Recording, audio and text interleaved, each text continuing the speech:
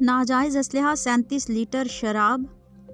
اور 11 kilo gram سے زائد منشیات برآمد کر لی گئی۔ جویا نیوز پلس رجسٹرڈ کو ترجمان سیالکوٹ پولیس کی جانب سے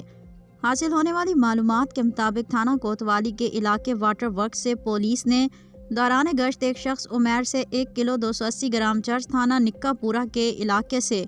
محمد علی سلطان سے 9 بوتل شراب، مرتضیٰ سے 1 کلو 700 گرام چرس، شکیل سے 10 بوتل شراب، پل سناریاں سے 12 لیٹر شراب، تھانہ ہیڈ مرالا کے علاقے کلووال محمد آصف سے 1 کلو 460 گرام چرس، تھانہ بیگو والا کے علاقے